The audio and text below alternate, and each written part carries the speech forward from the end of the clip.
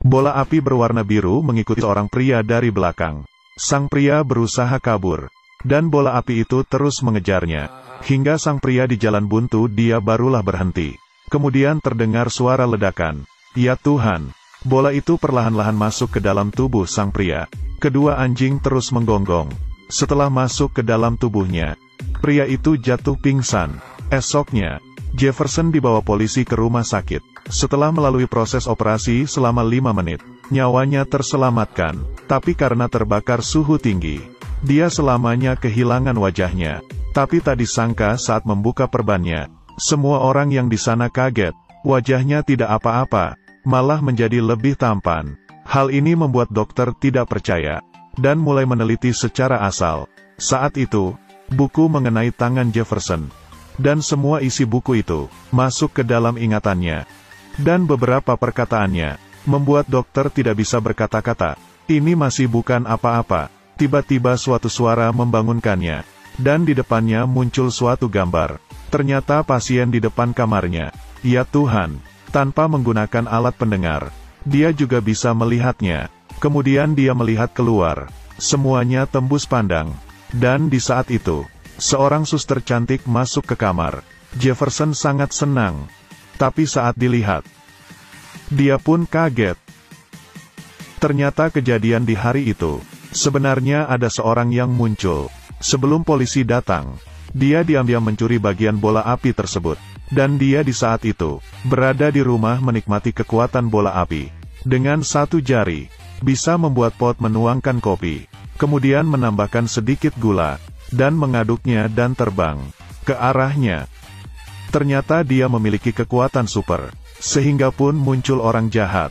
Di saat Jefferson masih orang biasa, dia melihat kejadian kriminal, dan ternyata penjahatnya adalah 2 orang anak kecil berumur 6 tahun. Hal ini membuat Jefferson merasa aneh. Ternyata ada sesuatu di baliknya, yaitu kelompok orang jahat. Semuanya berambut emas, dan memainkan mainan berwarna emas, lalu membawa peliharaan harimau. Polisi pun sepertinya juga takut. Kalau dia tidak bersembunyi di balik tong sampah selama 8 jam, mungkin nyawanya sudah hilang.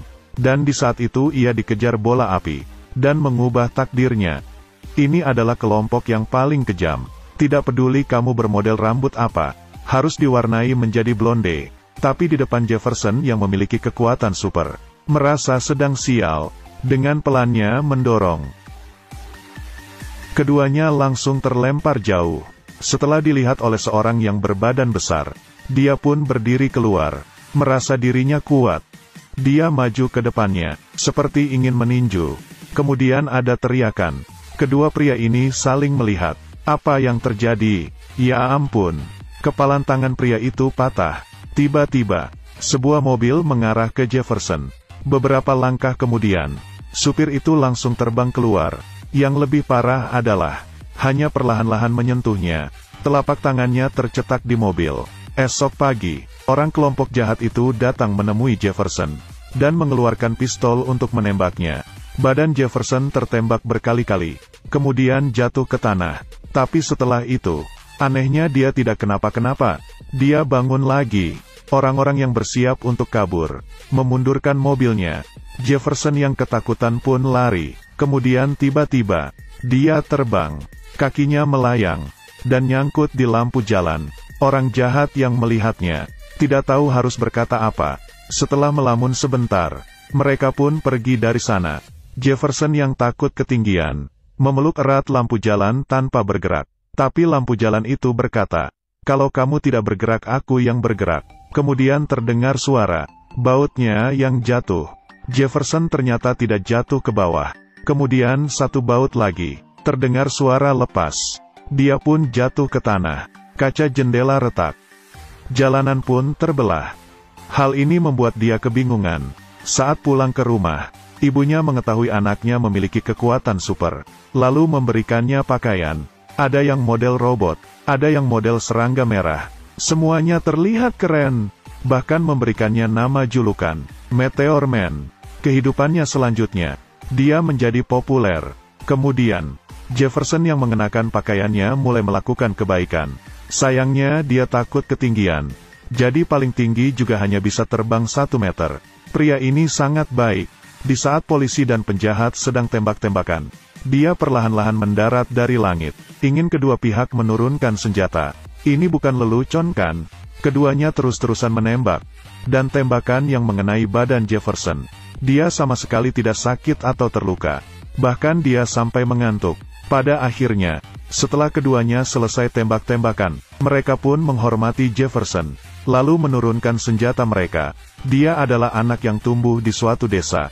Dia menggunakannya kekuatan supernya, lalu meniup ke arah langit, dan hujan pun segera turun. Benar-benar gampang. Keesokannya, tanaman yang ditanam Jefferson tumbuh. Ada labu yang sebesar belasan meter. Hal ini menarik perhatian semua orang. Ada yang membawa pulang tomat. Jefferson yang melihatnya pun gembira. Hari itu, kelompok penjahat menangkap ibunya. Bahkan tanpa berkata-kata dia langsung mulai menembaknya. Kemudian, Jefferson tidak berhentinya menghalangi peluru. Orang jahat terus menembak. Dan ini berlangsung selama sejam. Orang jahat barulah berhenti. Tapi yang anehnya adalah, kali ini, tangannya tidak berhenti mengeluarkan darah. Dia pun terluka. Ternyata, kekuatannya perlahan-lahan menghilang. Dan kabar ini menyebar ke orang jahat. Jefferson yang sekarang sudah tidak memiliki kekuatan super dan tidak lagi melawan orang jahat. Para masyarakat demi keamanan masing-masing pun memutuskan untuk mengusir Jefferson. Dan di saat yang bersamaan, kelompok orang jahat menunggunya beberapa jam di depan pintu. Melihat orang-orang itu, dia pun keluar sendirian. Tanpa pikir panjang, mereka menyerangnya hingga babak belur. Di saat mereka mengeluarkan pistol ke arahnya,